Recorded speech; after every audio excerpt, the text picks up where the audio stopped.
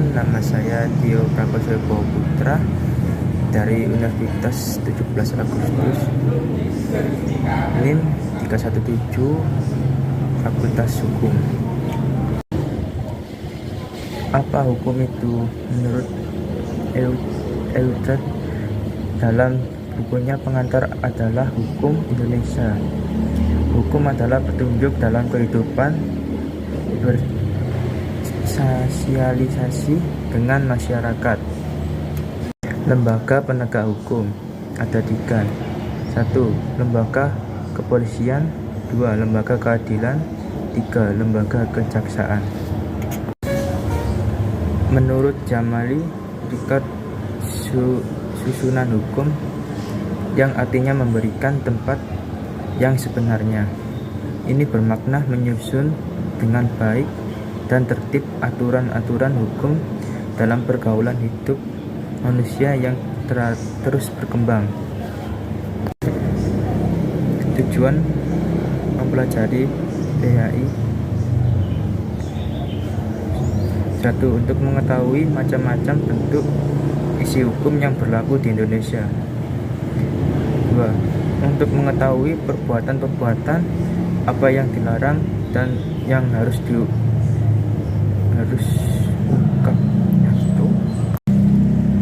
Tujuan mempelajari PHI. 1. Untuk mengetahui macam-macam bentuk isi hukum yang berlaku di Indonesia. 2. Untuk mengetahui perbuatan-perbuatan apa yang dilarang dan yang diharuskan menurut hukum Indonesia. 3. Untuk mengetahui kedudukan, hak dan kewajiban setiap orang menurut hukum Indonesia. 4. Untuk mengetahui lembaga pembuat dan pelaksana hukum Indonesia. Sumber hukum. Yang pertama, undang-undang. Dalam arti formal adalah berkaitan dengan formalitas cara terjadinya undang-undang di Indonesia bisa diperoleh DPR bekerjasama dengan pemerintah. Dalam material adalah berkaitan dengan isinya yang mengingat umum undang-undang sebagai regeling adalah peraturan hukum yang berlaku bagi umum.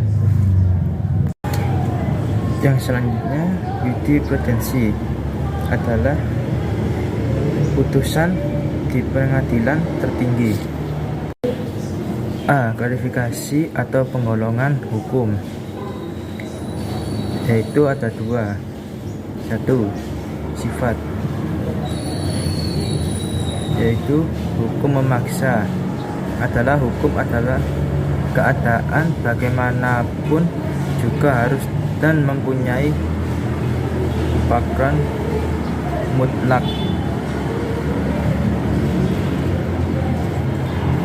Yang kedua, hukum mengatur adalah hukum yang dapat disampaikan apabila pihak-pihak yang bersangkutan telah membuat peraturan sendiri dalam suatu perjanjian. Yang kedua, isi atau materi adalah hukum yang mengatur hubungan antara negara dengan alat-alat perlengkapan atau hubungan antara negara dengan perseorangan.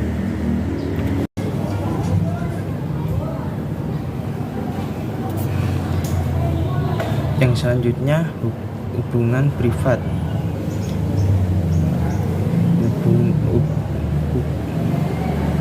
Hukum yang mengatur hubungan yang pertama, individu dengan individu, individu dengan badan hukum, badan hukum dengan badan hukum.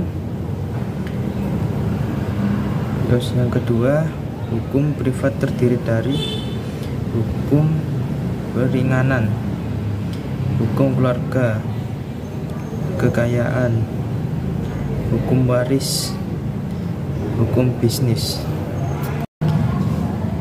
Bentuk hukum yaitu ada 2.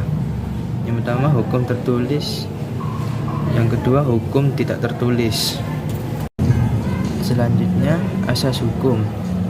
Yang pertama, hukum lahir dari kehidupan sehari-hari. Yang kedua, hukum akan mengalami perkembangan atau reformasi seiring perkembangan zaman. Dari tingkah laku manusia (hukum lebih ke depan daripada manusia). Yang ketiga, asas hukum adalah jantung peraturan hukum. Yang keempat, nilai yang luhur harus dipertahankan dan diwariskan. Asas hukum khusus berfungsi pada bidang yang lebih sempit seperti dalam bidang hukum perdata, hukum pidana, perundang-undangan, dan sebagainya. Seperti asas agar baik.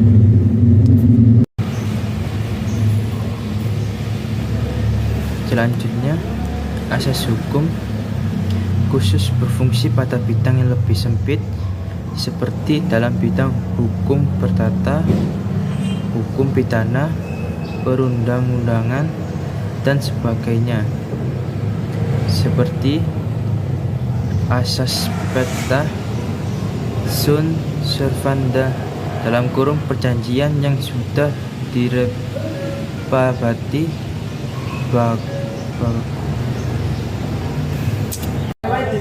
Selanjutnya, asas hukum khusus berfungsi pada bidang yang lebih sempit seperti dalam bidang hukum perdata, hukum pidana, perundang-undangan, dan sebagainya.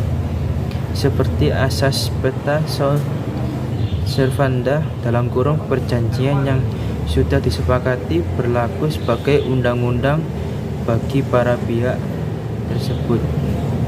Sekian dari presentasi saya.